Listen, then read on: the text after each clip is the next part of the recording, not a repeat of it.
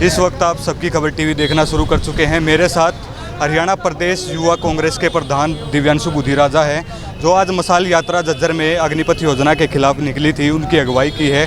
फिलहाल हमारे साथ दिव्यांशु बुधिराजा हैं। सर, स्वागत है। धन्यवाद। लगातार कांग्रेस सड़क से लेकर संसद तक अग्निपथ योजना के खिलाफ है। कांग्रेस सत्याग्रह भी पूरे देश में जिला मुख्यालयों पर कर चुकी है। किस प्रकार अग्निपथ योजना? देखिए, बिल्कुल केंद्र सरकार ने जो अग्निपथ योजना लेकर आई है उसका हम पूर्ण रूप से विरोध करते हैं और इसी के विरोध में हरियाणा युवा कांग्रेस ने एक अभियान की शुरुआत करी है पूरे प्रदेश के अंदर, फौज बचाओ देश बचाओ अभियान। इस अभियान के अंतर्गत हम लगातार अलग अलग जिलों में जाकर इस योजना का विरोध कर रहे हैं। जहाँ एक तरफ ये योजना हरियाणा के जो भविष्य है, जो नौजवान हैं, उनके भविष्य को अंधकार में डालने का काम करेगी, और दूसरी तरफ ये योजना के तहत हमारी देश की जो सरहदें हैं उनको भी कहीं ना कहीं असुरक्षित करने का काम ये योजना करेगी। इसलिए हम लगातार इसका विरोध कर रहे हैं और उसी कड़ी में आज हमने झज्जर जिले के अंदर एक मशाल यात्रा का आयोजन करके अपना विरोध दर्ज किया है। लगातार हरियाणा टॉप पर बेरोजगारी में बना हुआ है, और जब अग्निपथ योजना की स्कीम आती है तो मुख्यमंत्री ट्वीट करके कहते हैं कि जो अग्निपथ योजना से जो रिटायर होकर के युवा आएंगे उनको स्थायी रोजगार हरियाणा में दिया जाएगा, तो इसको लेकर के कैसे देखते हैं? मुख्यमंत्री जी तो जब किसानों के बिल आए थे उसको लेकर भी मुख्यमंत्री जी ने ये कहा था कि ये किसानों के लिए बहुत फ़ायदेमंद है। क्यों फिर नरेंद्र मोदी जी ने 1 साल के बाद वो बिलों को वापस लिया? उसी कड़ी में मनोहर लाल खट्टर जी का सिर्फ एक ही काम है, ऊपर से जो आदेश आएगा उसी आदेश पर उन्होंने चलना है। जो ये योजना है, मैं मनोहर लाल खट्टर जी से आपके चैनल के माध्यम से सवाल पूछता हूँ, आप ये बताएं कि 4 साल के बाद जब एक नौजवान फौज से रिटायरमेंट का तमगा लेकर अपने घर आएगा तो केंद्र सरकार या हरियाणा सरकार के पास उसके रोजगार की क्या गारंटी है? और औसतन एक सैनिक को फौज में तैयार होने के लिए 5 से 6 साल का समय लगता है।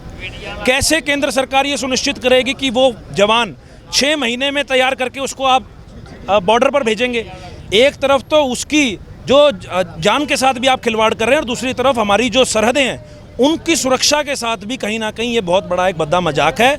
इसी को लेकर हम विरोध कर रहे हैं। और मुख्यमंत्री जी पहले ये बताएं कि हरियाणा में आज से पहले कितने पूर्व सैनिकों को सरकार ने नौकरी दी है? जो ये दावा करते हैं कि हम अग्निवीरों को रोजगार देंगे, पहले ये तो बताइए कि आपने कितने भूतपूर्व सैनिकों को रोजगार दिया है? और आज हरियाणा किसी से छुपा हुआ नहीं है। पूरे देश में सबसे ज़्यादा बेरोजगारी की अगर कहीं दर है तो हरियाणा के अंदर है। पहले मौजूदा हालातों को मनोहर लाल खट्टर सुधारें, उसके बाद अग्निपथ या अग्निवीर के ऊपर कोई बयानबाजी करें। घरेलू जीएसटी आज से लागू हो गई है, जो खाद्य सामग्री थी उसके ऊपर खास तौर पर लागू हो गई है। इस पहले ही महंगाई चरम पर है अपने, तो इसको लेकर के दिव्यांशु बुधिराजा कैसे? ये सरकार लगातार आम आदमी की जेब पर डाका डालने का काम कर रही है, चाहे वो पेट्रोल डीजल की बात हो, चाहे वो खाद्य पदार्थों की बात हो। और अब इस सरकार की नज़र अगर कहीं है तो वो आम आदमी की थाली के ऊपर है। इस सरकार ने दही जैसी चीज़ के ऊपर भी टैक्स लगा रखा है।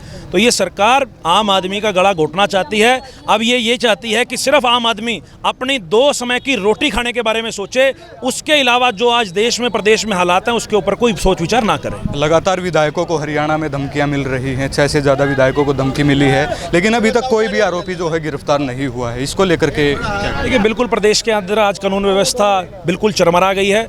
अगर एक विधायक जैसे जिम्मेवार व्यक्ति को, जो कम से कम 2 लाख 2.5 लाख लोगों का एक नुमाइंदा होता है, उस व्यक्ति को अगर इस प्रदेश के अंदर सुरक्षा ये सरकार नहीं दे सकती, तो आपके और मेरे जैसे आम आदमी के इस प्रदेश में क्या हालात हैं वो हम सोच नहीं सकते। अभी तो सिर्फ ये वो मामले हैं जो लोगों के सामने मीडिया के माध्यम से आए हैं।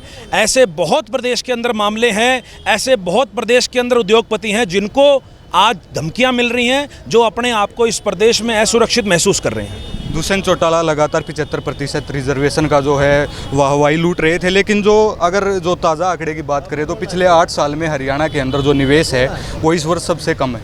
तो इसको लेकर के, क्योंकि और जो ये भी रिपोर्ट सामने आ रही है कि जो 75% जो रिजर्वेशन की जो पॉलिसी है उसके कारण जो पहले भी जो कंपनी मौजूद थी हरियाणा में वो भी पलायन की तरफ जो है जा रही हैं। इसको लेकर दुष्यंत चौटाला का ध्यान अपने महकमों में है, उसको कोई मतलब नहीं है। आज हरियाणा का नौजवान चाहे सड़कों पर है, चाहे वो आत्महत्याएं कर रहा है, उनका पूर्ण रूप से ध्यान अपने जो मोटे डिपार्टमेंट उन्होंने इस सरकार में अपने अंडर रखे हुए हैं, सिर्फ उनकी तरफ ध्यान है।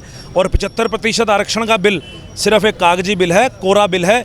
अगर उससे कहीं हरियाणा के नौजवानों को रोज़गार मिलता तो आज हरियाणा का जो बेरोजगार है वो सड़कों पर ना होता, और हरियाणा में बेरोजगारी आज 34% को भी पार कर चुकी है, जो पूरे देश में सर्वाधिक है। तो ये आंकड़े इस बात का सबूत देते हैं कि वो 75% बिल सिर्फ और सिर्फ वोट लेने का एक हथियार था, जिसको उन्होंने बीजेपी की झोली में जाके बेच दिया। जननायक जनता पार्टी की टूट की खबर जो है पूरे हरियाणा में फैल रही है।